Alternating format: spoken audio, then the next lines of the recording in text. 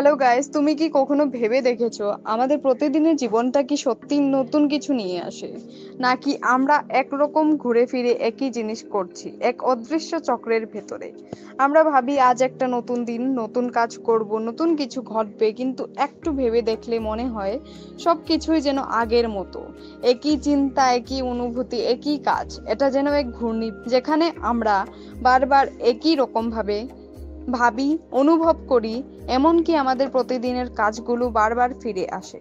প্রতিদিন আমরা আশা করি আজ কিছু ভিন্ন হবে, কিন্তু দিনের শেষে আমরা আবার ফিরে যাই সেই পুরনো ভাবনার কাছে, সেই চেনা ব্যথা, সেই পুরনো স্বপ্ন।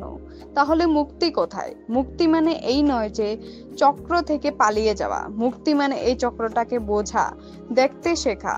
যখন তুমি বুঝতে পারো যে তুমি ঘুরপাক খাচ্ছ, তখনই তোমার ভেতর শক্তি জেগে ওঠে থামার। তোমার জীবন কেবল এই এক চক্র না, তোমার ভাবনার ভেতরে আছে অনেক পথ, অনেক দিক।